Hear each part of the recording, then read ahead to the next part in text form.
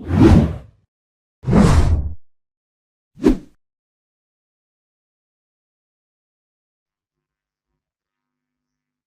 आइए स्टार्ट करते हैं। जो टॉपिक है हमारा आज का वो है स्टडी के अंदर strategies for enhancement in food production के अंदर आज हम बात करेंगे बेटा प्लांट ब्रीडिंग के बारे में। ठीक है, इससे पहले वाले में हमने बात करी थी किसके बारे में, एनिमल ब्रीडिंग के बारे में। तो नाम से ही आपको ज्ञात हो गया होगा, पता चल गया होगा कि हम आज के लेक्चर में क्या करने जा रहे हैं। ठीक है, प्लांट्स की ब्रीडिंग करवाने जा रहे हैं। हम कैसे हमारी जो क्रॉप्स हैं, कल्टीवेटेड जो क्रॉप्स हैं, इनका इंप्रूवमेंट कैसे कर सकते हैं। ठीक है, उनसे हायर ईल्ड हम कैसे ले सकते हैं, उसके बारे में बात करेंगे। भी कैसे उनका जेनेटिक जो मेकअप है, ठीक है, उनका इंप्रूवमेंट कैसे कर सकते हैं। ठीक है, तो उसके बारे में बात करेंगे आज। तो प्लांट ब्रीडिंग बेसिकली है क्या चीज बेटा। ठीक है, तो ये बॉटनी की वो ब्रांच है जिसके अंदर जो प्लांट्स होते हैं, क्रॉप प्लांट्स होते हैं, इनका जेनेटिक इंप्रूवमेंट किया जाता है। इसे ही कहते हैं प्लांट ब्रीडिंग। ठीक है भाई। और जो इम्प्रूव जो वैरायटीज हैं जो बनाई जाती हैं क्रॉप प्लांट्स की, जो इस प्लांट ब्रीडिंग टेक्निक के अंदर जितनी भी अप्रोचेज हैं उनको यूज किया जाता है। ठीक है, उनको यूज किया जाता है। ठीक है भाई, उनको यूज करके क्या किया जाता है, प्लांट्स को जो वैरायटीज हैं उनकी जो स्पीसीज है उनका जो है उनको इम्प्रूव किया जाता है। ठीक है, ये हमारी प्लांट ब्रीडिंग है।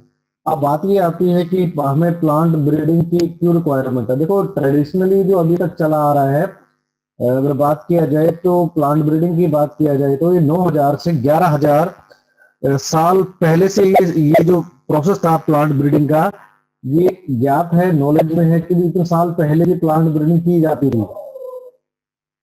ठीक है, इंसान अपने अकॉर्डिंग, अपने बेनिफिट के अकॉर्डिंग क्या है, दो डिफरेंट प्लांट्स को आपस में ब्रीड कराता था।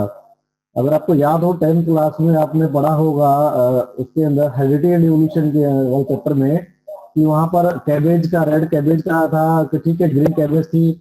तो कैबेज की डिफरेंट वैरायटीज आपको देखने को मिली होगी, वहां पर पढ़ी होगी आपने। तो इंसान पहले से ही क्या है, अपने अकॉर्डिंग ही, अपने जो कैरेक्टर्स को पसंद आए उसके हिसाब से ही क्या है, प्लांट ब्रीडिंग करवाता रही। जो नई साइंस नहीं है, काफी पुरानी साइंस है ये हमारी। ठीक है, तो यहाँ पर बात करें कि क्या कारण है कि भाई हमें क्रॉप के इंप्रूवमेंट की क्यों रिक्वायरमेंट है। जो क्रॉप प्लांट्स हैं, ठीक है, कल्टीवेटेड प्लांट्स हैं, इनकी इंप्रूवमेंट की हमें क्यों रिक्वायरमेंट है। ठीक है, रिक्वायरमेंट इसलिए है कि सबसे पहला मुद्दा हमारे क्या आता है कि जो यील्ड है किसकी, सीड्स की, ऑयल की और फाइबर्स की, इनकी यील्ड को बढ़ाया जा सके। ठीक है, सीड्स की बात करें, अगर हम व्हीट की बात करते हैं, राइस की बात करते हैं, अगर इनके सीड्स की यील्ड बढ़ाई जाए। ठीक है, ऑयल है जो मस्टर्ड है, ठीक है, सनफ्लावर जो है, उनके जो सीड्स है उनके अंदर जो ऑयल का कंटेंट है उनको इंक्रीज किया जाए।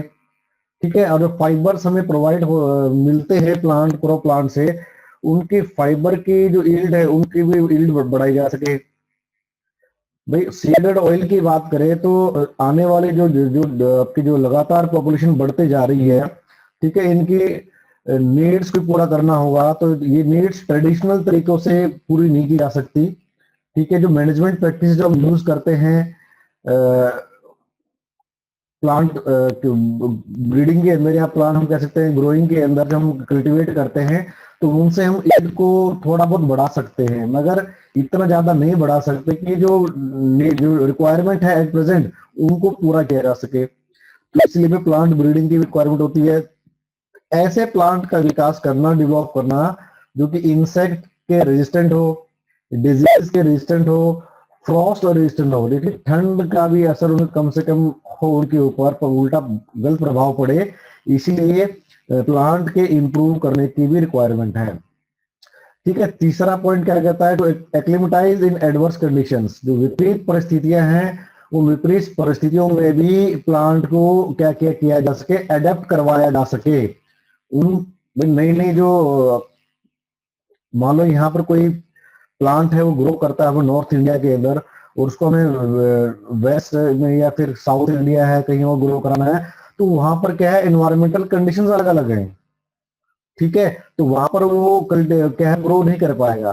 तो उस प्लांट में ऐसा इंप्रूवमेंट कर दिया जाए ताकि यहाँ पर ग्रो होने वाला जो प्लांट है वो साउथ के अंदर ग्रो हो सके, और वो नॉर्थ ईस्ट के जो स्टेट्स हैं वहां पर भी वो ग्रो हो सके। तो इस प्रकार के चेंजेस लेकर आना, इस प्रकार के इंप्रूवमेंट लेके आना, वही कहलाता है एक्लाइमेटाइज इन एडवर्स कंडीशन, यानी कि एडेप्टेशन करवाना, एडेप्ट करवाना, ठीक है। लास्ट पॉइंट क्या कहता है, to change in maturation period, ठीक है, मैच्योरेशन पीरियड को चेंज कर देना। भाई 6 महीने लग जाते हैं किसी फसल को पूरा मैच्योर होने में, ताकि हम उस मैच्योरेशन पीरियड को कम करके हम ज्यादा से ज्यादा यील्ड ले सके एक पर्टिकुलर ईयर के अंदर, ठीक है, यानी कि ज्यादा हम क्रॉप्स को कल्टीवेट कर सके पर्टिकुलर ग्रोइंग सीजन के अंदर। तो ये मैच्योरेशन पीरियड भी एक क्या है, मोटो है किसका, एक मेन गोल है किसका, इंप्रूवमेंट ऑफ क्रॉप प्लांट्स का। अब हम बात करते हैं कुछ एमिनेंट प्लांट बिल्डर्स के बारे में, जो कि काफी इंपॉर्टेंट है। तो नॉर्मन बोरलॉग है, ये कहे जाते हैं भाई father of green revolution. World wide की बात करें तो नॉर्मन बोरलॉग है, ये father of revolution, green revolution माने जाते हैं, कहे जाते हैं। इन्होंने सबसे पहले क्या है, dwarf varieties of wheat develop की थी, जो कि हमारी कौन सी थी, सोनोरा 64, लेरमा एंड रोजा 64, ठीक है। ये मैक्सिकन आपके प्लांट ब्रीडर हैं जिन्होंने डॉर्फ वैरायटीज का आविष्कार किया था व्हीट की, सोनोरा 64, लर्मा, रोजा एंड 64, ठीक है। इसीलिए इनके कार्य के प्रति, इनके डिस्कवरी के कारण इन्हें नोबेल प्राइज से क्या नवाजा गया था, ठीक है। और इंडिया की बात करें, इंडिया के अंदर डॉक्टर एम.एस. स्वामीनाथन, ठीक है, मुकाम्बू सांबा शिवन स्वामीनाथन, जिनको father of Indian green revolution माना जाता है, ठीक है, इनका भी काफी ज्यादा कंट्रीब्यूशन रहा था, ठीक है। नॉर्मन बोरलॉग के साथ मिलकर इन्होंने इंडिया के अंदर semi dwarf variety of wheat को इंट्रोड्यूस किया था थ्रू क्रॉस ब्रीडिंग, ठीक है। वो कौन सी थी बेटा, शरबती सोनोरा जो वैरायटी थी व्हीट की, ठीक है, जो कि म्यूटेशन ब्रीडिंग के द्वारा डेवलप की गई थी, जिसके चलते इंडिया के अंदर क्या है, ग्रीन रिवोल्यूशन आ गया था, जो व्हीट की जो प्रोडक्शन थी वो काफी बढ़ गई थी, ठीक है। ये जो अब क्वेश्चन यहाँ से ये बनता है, वो कौन सी व्हीट की वैरायटी है जिसके चलते इंडिया में ग्रीन रिवोल्यूशन आया था, ये नीट का क्वेश्चन बनता है हमारा यहाँ से, वो है शरबती सोनोरा, ठीक है, इस पर ध्यान रखना भाई।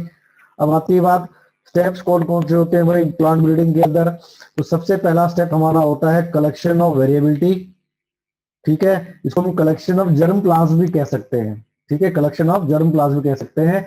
इस स्टेप में क्या किया जाता है, जितने भी किसी भी पर्टिकुलर क्रॉप के प्लांट के जितनी भी वाइल्ड वैरायटीज प्रेजेंट है, वाइल्ड वैरायटीज का मतलब है जो पुश्तैनी जो वैरायटीज हैं, जो पुराने समय चले आ रही वैरायटीज हैं, जो ओरिजिनल हैं, जिनसे आज की जो वैरायटीज हैं, ठीक है, क्रॉप प्लांट्स के डेवलप की गई हैं, उनकी बात हो रही है।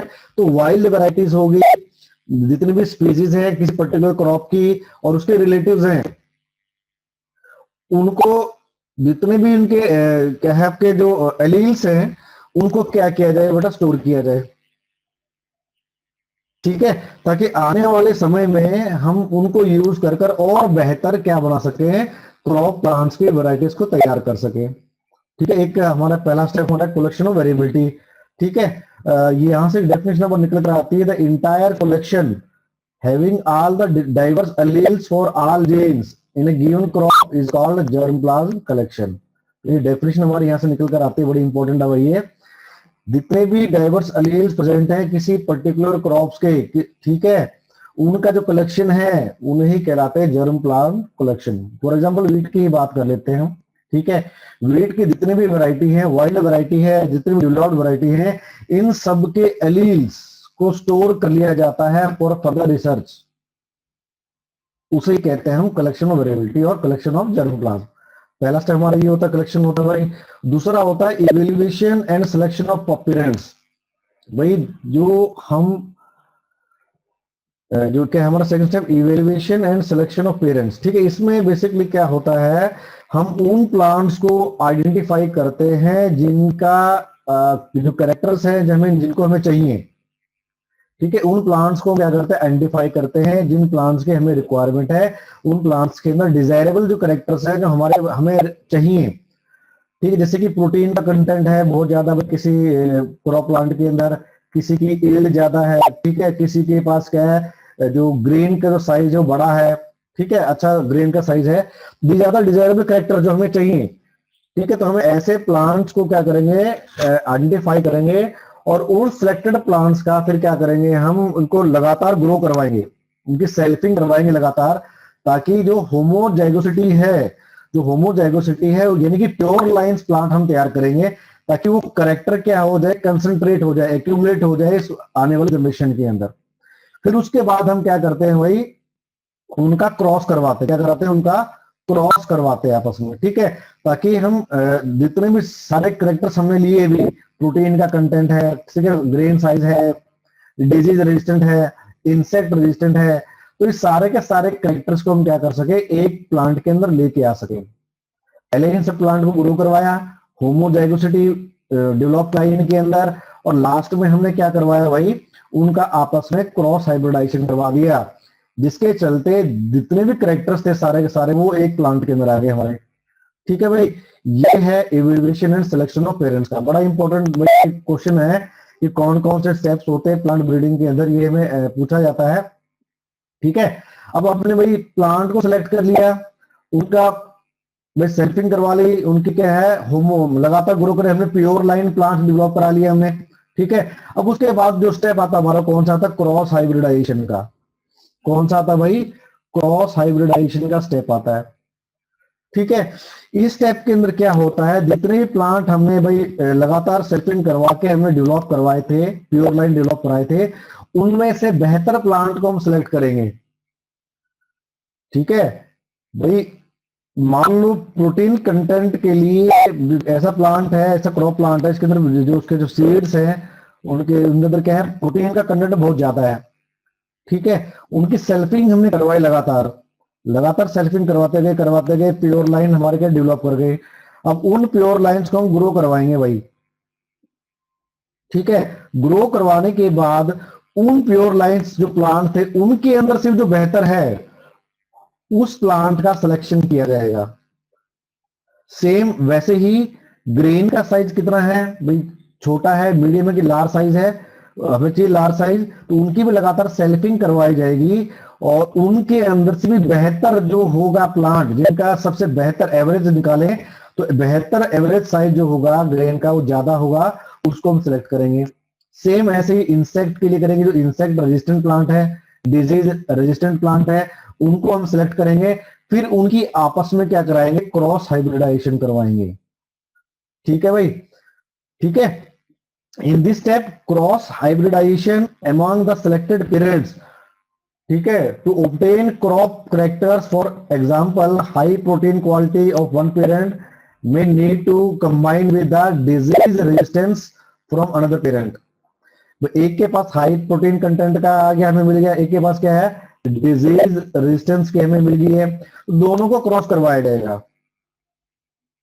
जिसके चलते हमें क्या देखने को मिलेंगे, हाइब्रिड्स, हमें क्या मिलेंगे, हाइब्रिड्स मिलेंगे, ऐसे हाइब्रिड जिसके पास दोनों का ही जेनेटिक कैरेक्टर्स होंगे, दोनों के जीन्स उसके पास प्रेजेंट होंगे। एक के पास एक कौन सा होगा, प्रोटीन कंटेंट वाला, प्रोटीन की क्वालिटी वाला, दूसरा कौन सा होगा, डिजीज रेजिस्टेंस वाला क्या जीन्स के पास होगा। ये है क्रॉस हाइब्रिडाइजेशन।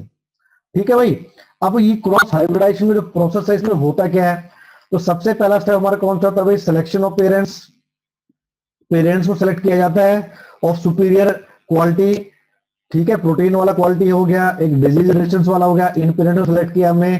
उसके बाद क्या होता है, जो पेरेंट्स हम सिलेक्ट किए थे उनका सेल्फ पॉलिनेशन हुआ, जैसे कि मैंने बताया था पहले भी कि इनकी सेल्फिंग करवाई जाएगी, काफी सारे ऑफस्प्रिंग प्रोड्यूस करवाए जाएंगे, ताकि उसके अंदर क्या बढ़ सके, होमोजाइगोसिटी हम लेके आ सके, प्योर लाइन हम डेवलप कर सके, क्या कर सके भाई, प्योर लाइन प्लांट हम डेवलप कर सके। ठीक है, अब सेल्फ पॉलिनेशन के बाद क्या होगा, जो प्लांट जो ग्रो करेंगे उनका क्या करेंगे, इमेस्कुलेशन करेंगे। इमेस्कुलेशन का मतलब होता है रिमूवल ऑफ एंथर्स। ठीक है, प्लांट से हम जो मेल जो रिप्रोडक्टिव स्ट्रक्चर है उसका रिमूव कर देंगे, मैच्योरेशन से पहले ही उनको हटा देंगे, क्योंकि हमें तो क्रॉस पोलिनेशन करवाना है अपनी मर्जी के हिसाब से। हमने तो क्या करना है, कंबाइन करने कैरेक्टर्स को।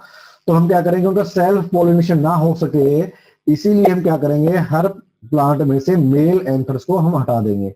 उसके बाद आता है हमारा बैगिंग। ठीक है, अब मेल पोलन ग्रेन्स को हटाने के बाद, यानी कि जो एंथर्स को हटाने के बाद जो रिमूव, जो बाकी जो फ्लावर बच गया है उसको हम क्या है, सेलोफेन या पार्चमेंट या पेपर बैग्स के द्वारा उसको ढक देंगे।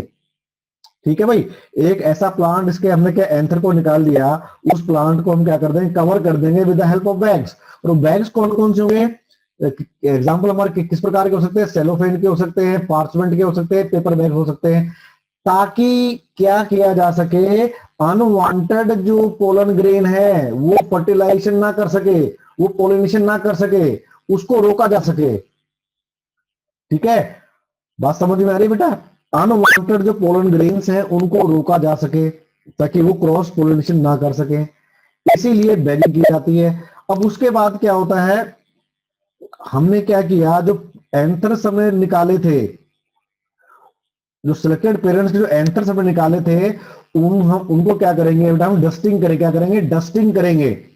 ठीक है, एंथर निकाल के, पोलन ग्रेन हम निकाल कर लेके आए थे भाई, हमारे पास दो प्लांट है भाई। एक प्लांट हमारे पास कौन सा है, प्रोटीन कंटेंट वाला है पी। एक हमारा कौन सा है, डिजीज रेजिस्टेंट वाला प्लांट है। ठीक है भाई, तो हमें क्या है, दोनों प्लांट को कंबाइन करना है, दोनों करेक्टर को कंबाइन करना है।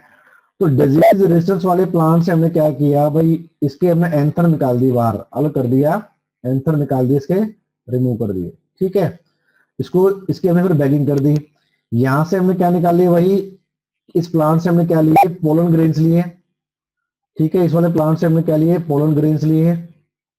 पोलन ग्रेन्स लेने के बाद जब फ्लावर मैच्योर हो जाएगा, उन पोलन ग्रेन्स को हम डस्ट कर देंगे डिजीज रेजिस्टेंस वाले प्लांट के ऊपर, स्टिग्मा के ऊपर। ठीक है, अब ये जो पोलन ग्रेन्स हैं, इस प्लांट को अंदर जो ओव्यूल प्रेजेंट है, फीमेल जो प्रोडक्टिव ऑर्गन प्रेजेंट है, उसको क्या करेगा, फर्टिलाइज करेगा। फर्टिलाइज करने के बाद सीड का फॉर्मेशन होगा। अब ये जो सीड बना है यहां से, इस सीड के पास दोनों ही कैरेक्टर्स हैं, प्रोटीन क्वालिटी का भी और डिजीज रेजिस्टेंस का भी। तो इस प्रकार से क्या की जाती है, क्रॉस हाइब्रिडाइजेशन की जाती है। काफी लेंथी प्रोसेस होता है, तो प्लांट्स की वैरायटी डेवलप करने में काफी लंबा समय लग जाता है। ठीक है, तो एक वैरायटी है, वीट वैरायटी बेटा, वो कौन सी है, HUW468। इसको डेवलप करने में 12 साल लग गए थे। पहली जो वीट वैरायटी डेवलप है, इसको डेवलप करने में 12 साल लग गए थे। ठीक है भाई, तो आप आइडिया लगा सकते हो कि कितना लंबा प्रोसेस हो सकता है प्लांट हाइब्रिडाइजेशन का। अब नेक्स्ट हमारा कौन सा था, पॉलीप्लॉइड ब्रीडिंग के द्वारा भी हम क्या कर सकते हैं भाई, क्रॉप की जो इंप्रूवमेंट है, क्रॉप प्लांट्स की जो इंप्रूवमेंट है उसको हम कर सकते हैं। तो पॉलीप्लॉइड एक्चुअली होती क्या है, पहले भी आपको बता चुका हूं बेटा, आपका जो लेक्चर आपके आए थे, जो चैप्टर आपके आए थे, ठीक है, वहां पर भी हमने डिस्कस किया था पॉलीप्लॉइडी का। तो पॉलीप्लॉइडी बेसिकली होती क्या है, ऐसी कंडीशन जिसमें more than 2 sets of chromosomes are present in each cell. हर एक सेल के अंदर 2 सेट से ज्यादा क्रोमोसोम प्रेजेंट हो, उन्हें कहते हैं, इस फिनोमिना को कहते हैं पॉलीप्लॉइडी। और ऐसे प्लांट, उन्हें कहते हैं पॉलीप्लॉइड्स। क्या कहते हैं, पॉलीप्लॉइड्स कहते हैं। ठीक है भाई, तो according to the sets of chromosome काफी सारे प्रकार के अपने प्लांट हो सकते हैं, जैसे कि मोनोप्लॉइड सिर्फ एक ही सेट हो, वहां पर डिप्लॉइड 2 हो, ट्रिप्लॉइड हो 3 सेट हो, पेंटाप्लॉइड 5 हो, तो पेंटाप्लॉइड 5 हो। ठीक है, एग्जांपल एक हमारा कौन सा हो गया, हेक्साप्लॉइड हो गया हमारा। फॉर एग्जांपल इसका हो गया एग्जांपल वीट। हेक्साप्लॉइड का एग्जांपल हमारा कौन सा है, वीट है बेटा हमारा। ठीक है, तो सबसे पहला जो पॉलीप्लॉइडी के द्वारा डेवलप किया गया जो प्लांट था हमारा, वो था हमारा ट्रिटिकेल। बड़ा इंपॉर्टेंट पॉइंट है भाई, ट्रिटिकेल एक वीट की वैरायटी है, एक प्रकार का हाइब्रिड है वीट का, जो कि डेवलप किया गया था जब। सर, हाँ बेटा, ये वेट किसका एग्जाम्पल है सर? ये हेक्साप्लॉइड का भाई, ये थोड़ा एग्जांपल गलत टाइप हो रखा है यहाँ पर, ये आपका हेक्साप्लॉइड का एग्जांपल है, ठीक है।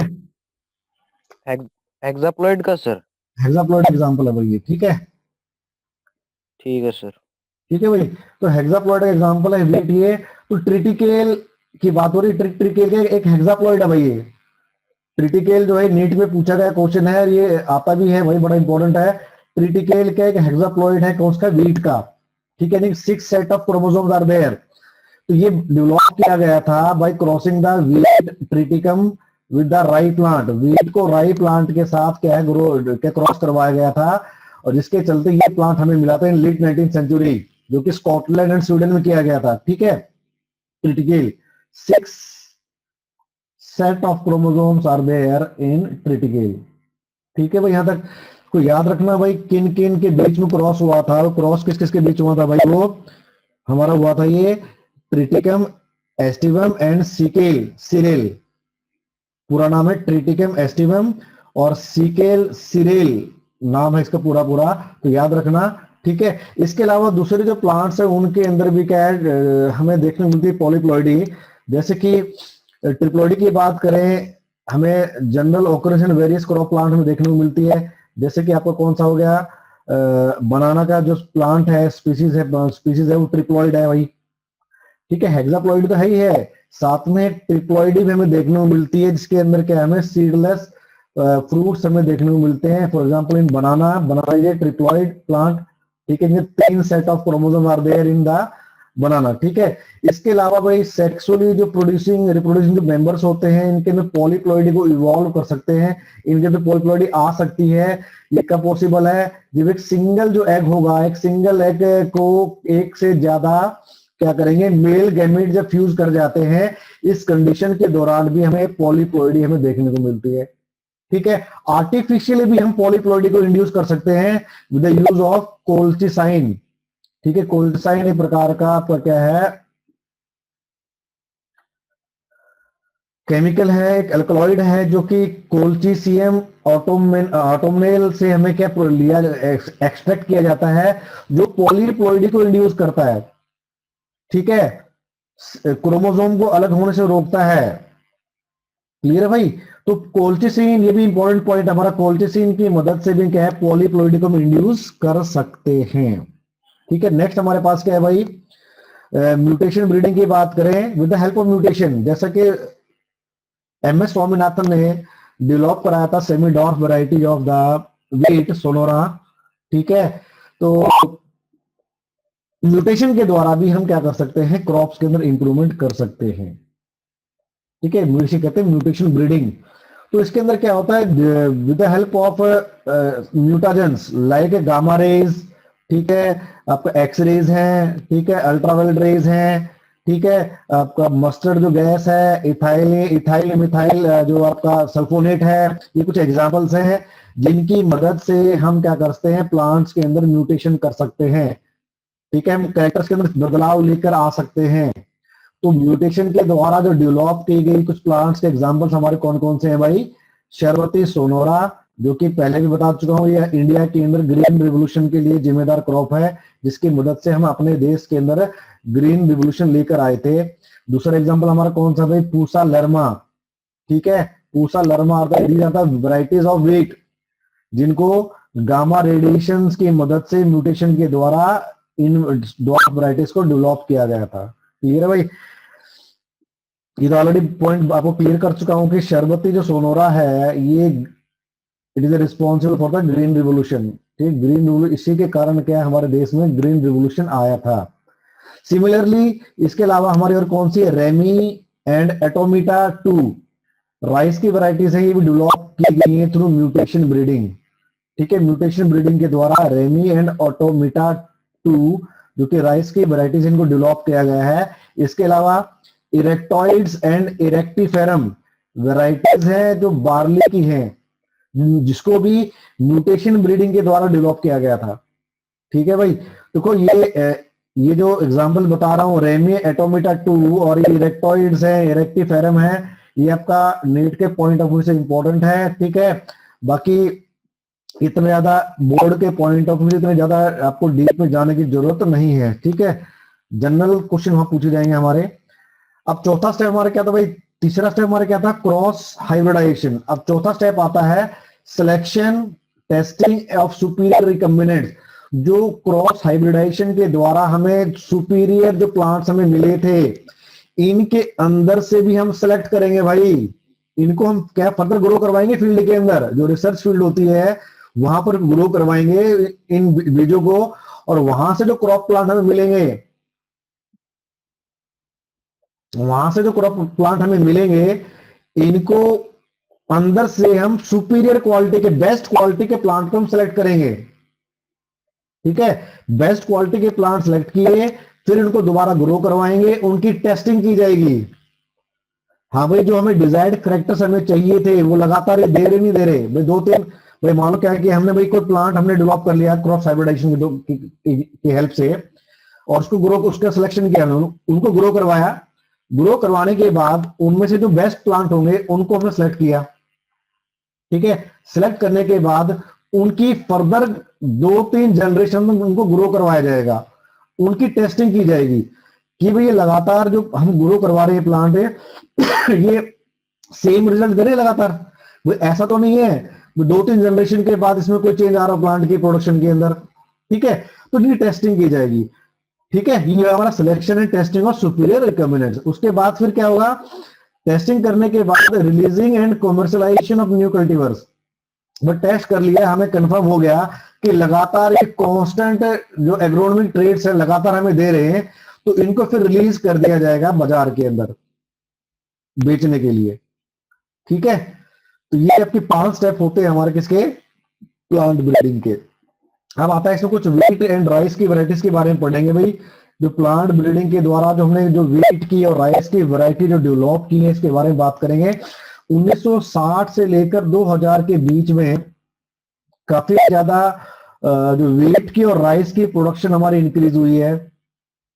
It is due to the introduction of semi dwarf varieties of rice and wheat, जो कि मैक्सिका से लेके आए थे।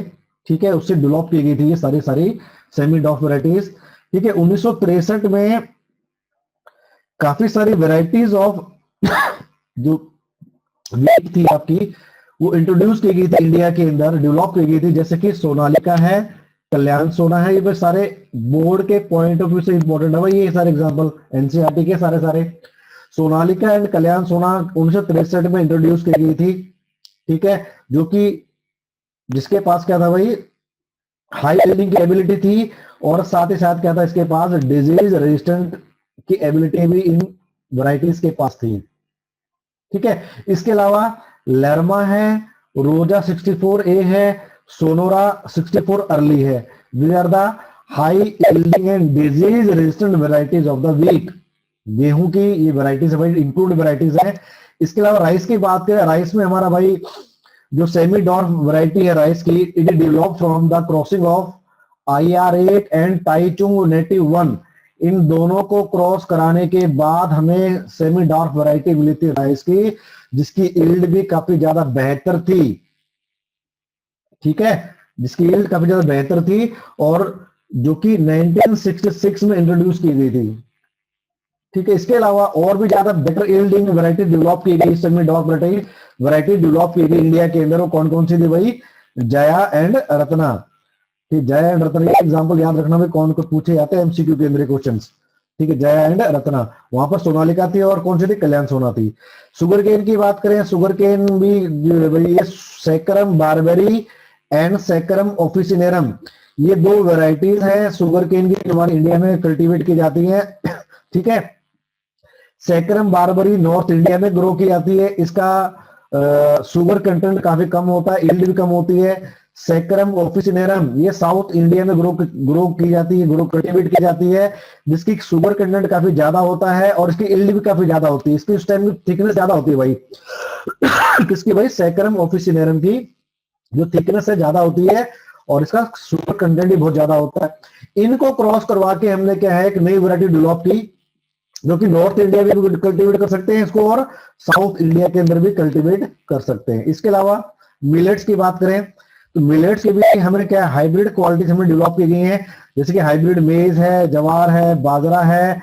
ठीक है, इनकी डेवलप करके हमने क्या डेवलप किया है, हायर यील्डिंग वैरायटीज को हमने क्या डेवलप किया है, ठीक है। वाटर स्ट्रेस के रजिस्टर हमें डेवलप की गई इसके अंदर, ऐसा मक्का, ऐसे जवार, ऐसा बाजरा डेवलप किया गया है भाई जिसके पास हाई यील्ड की कैपेसिटी है, और साथ ही साथ ये वाटर स्ट्रेस को भी क्या सहन कर सकता है, वाटर की कमी को भी सहन कर सकता है, वाटर की अधिकता भी हो जाए तो भी इसको सहन कर सकता है, ठीक है। ऐसे मिलेट्स की क्या है वैरायटी को डेवलप किया गया है। अब आती है plant breeding for disease resistance. Plant की ब्रीडिंग किसके, ऐसे प्लांट जो डिजीज रेजिस्टेंट हो, ठीक है भाई। जो हमने भी बात करी थी पीछे प्लांट ब्रीडिंग की टेक्निक्स के बारे में, उसी टेक्निक्स को यूज करके हम क्या करते हैं, डिजीज रेजिस्टेंट प्लांट को डेवलप करवाते हैं। इसके अलावा जो आपके है बायोटेक्नोलॉजी की मदद से, ठीक है, आरडीएनए की मदद से, रिकम्बिनेंट डीएनए की टेक्नोलॉजी की मदद से भी हम क्या है, डिजीज रेजिस्टेंट प्लांट को हम डेवलप कर सकते हैं, ठीक है भाई। जो कि हम पढ़ेंगे आने वाले लेक्चर्स के अंदर, बायोटेक वाले चैप्टर में पढ़ेंगे कि कैसे हम डिजीज रेजिस्टेंट प्लांट को डेवलप कर सकते हैं। तो इस चैप्टर में बेसिकली हम कन्वेंशनल ब्रीडिंग टेक्निक्स के बारे में बात करेंगे, म्यूटेशन ब्रीडिंग के बारे में जो हमने बात करी है, उन तरीकों को यूज कर हम क्या है, डिजीज रेजिस्टेंट प्लांट को हम डेवलप कर सकते हैं। तो ये एनसीईआरटी की टेबल आपके सामने भाई, तो यहां से आप देखोगे कितने प्रकार की क्रॉप्स की वैरायटी को डेवलप किया है जो कि डिजीज रेजिस्टेंस है और इंसेक्ट पेस्ट रेजिस्टेंस है। तो पहली जो टेबल आपके सामने वीट की जो वैरायटी है हिमगिरी, ठीक है, वैरायटी हमारी हिमगिरी डेवलप की गई है जो कि लीफ एंड स्ट्राइप रस्ट और हिल बंट डिजीज रेजिस्टेंट वैरायटी है, ठीक है। ये बोर्ड में पूछे गए एग्जाम्पल है भाई, इसके काफी पूछे जाते हैं इस टेबल के अंदर से, तो आपको याद करना जरूरी है भाई। ये वीट की हिमगिरी ऐसी वैरायटी है जो कि leaf and stripe rust and hill bunt resistance है। ब्रासिका की बात करें, सरसों की बात करें, इसकी जो पूसा स्वर्णिम जो वैरायटी है, करण राय के नाम से इसको जाना भी जाता है। ये व्हाइट रस्ट के अगेंस्ट इसके अंदर क्या रेजिस्टेंस होता है, व्हाइट रस्ट डिजीज के अंदर नहीं होती है। कॉलीफ्लावर की बात करें, गोभी की बात करें, तो पूसा शुभ्रा है, पूसा स्नोबॉल है, केवन है। These are the resistance to the black rot and curl blight black rot, ठीक है। These varieties are resistant to the black rot and curl blight black rot से क्या होती है, रेजिस्टेंस होती है बेटा इनके पास, ठीक है। काउपी की बात करें, तो इसका वैरायटी कौन सी है, पूसा कोमल है जो कि बैक्टीरियल ब्लाइट रेजिस्टेंस वैरायटी है किसकी, काउपी की। चिली की बात करें, मिर्ची की बात करें, तो पूसा सदाबहार जो वैरायटी है इसके पास किन डिजीज की रेजिस्टेंस अवेलेबल है, वो है चिली मोजाइक वायरस के अगेंस्ट, टोबैको मोजाइक वायरस के अगेंस्ट, लीफ कर्ल वायरस के अगेंस्ट क्या इनके पास है रेजिस्टेंस अवेलेबल है। ये बीमारियां इनको नहीं होती है। दी जाता developed varieties of against resistance to disease. Second हम टेबल में बात करेंगे, आवाज अच्छे से नहीं आ रही। हमारी आवाज सही, आवाज क्लियर नहीं आ रही सर। अभी आ रही है क्या आवाज, क्या आ रही है सर? नेटवर्क की प्रॉब्लम है शायद, इसी कारण कट हो रही है। जैसे टाइम बढ़ेगा तो नेटवर्क की प्रॉब्लम आती रहेगी भाई, ठीक है। तो सेकेंड थोड़ा जो, धीरे बोलना सर। हाँ सेकेंड जो आपका ये टेबल है, ये एग्जांपल बता रहा है किसके बारे में, इंसेक्ट पेस्ट रेजिस्टेंट वैरायटीज के अगेंस्ट, ठीक है। पहली है वह की crop brassica rape seed mustard, इसकी वैरायटी है पूसा गौरव जो एफिड के अगेंस्ट रेजिस्टेंस प्रोवाइड कराती है। ऐसी वैरायटी है जिसके ऊपर एफिड्स का कोई भी असर नहीं होता है। सेकेंड है फ्लैट बीन, इसका वैरायटी का एग्जांपल है पूसा सेम 2, पूसा सेम 3। ये this varieties are resistant to the jassids, aphids and fruit borer, ठीक है भाई। Jassids, aphids and fruit borer के against these are the resistant to the this insects. Next okra, भिंडी की वैरायटी की बात करेंगे हम, Pusa Sawani and Pusa A4। These are resistant against the insect, shoot and fruit borer, ठीक है भाई। तो ये कुछ एग्जांपल्स हैं जो एनसीईआरटी की बुक के अंदर दे रखे हैं और बोर्ड के पॉइंट ऑफ व्यू से, साथ ही साथ नीट के पॉइंट ऑफ व्यू से भी इंपॉर्टेंट है भाई, इनको याद रखना भाई आपको, ठीक है। तो प्लांट ब्रीडिंग के अंदर हमने क्या पढ़ा भाई, क्यों की जाती है प्लांट ब्रीडिंग, ताकि ऑयल का, सीड का और जो फाइबर्स का, इनका यील्ड बढ़ाई जा सके, ठीक है। और क्या है भाई, इनका एक्लिमेटाइजेशन कराया जा सके, इनको अडेप्ट करवाया जा सके नई जगह के अंदर, ठीक है, इनकी यील्ड बढ़ाई जा सके, डिजीज एंड आपको कह सकते हो आप इंसेक्ट रेजिस्टेंट वैरायटीज को डेवलप किया जा सके। तो कौन कौन से स्टेप थे भाई, तो सबसे पहला हमारा स्टेप था भाई, जो हमारा जर्म प्लाज्म का कलेक्शन होगा, उसके बाद सिलेक्शन होता है किसका, पेरेंट्स प्लांट का, उनका इवोल्यूशन है, सिलेक्शन होता है पेरेंट्स का, प्लांट्स का, उनको फिर सेल्फिंग करवाई जाती है ताकि उनके अंदर होमोजाइगोसिटी को बढ़ावा दिया जा सके। उसके बाद ऐसे प्लांट्स जिनके अंदर डिजायर्ड कैरेक्टर्स प्रेजेंट हैं, उन प्लांट का सिलेक्शन किया जा सके। सिलेक्शन करने का क्रॉस ब्रीडिंग करवाई जाएगी। क्रॉस ब्रीडिंग के बाद जो हमें हाइब्रिड हमें मिलेंगे, रिकम्बिनेंट हमें मिलेंगे, उनका फर्दर क्या होगा, सिलेक्शन किया जाएगा, बेहतर प्लांट्स को सिलेक्ट किया जाएगा, फिर उनकी सेल्फिंग करवाई जाएगी 2-3 जनरेशन तक, ताकि वो जो कैरेक्टर्स उनके अंदर है उनको स्टेबलाइज किया जा सके। फिर उनकी टेस्टिंग दोबारा फिर होगी।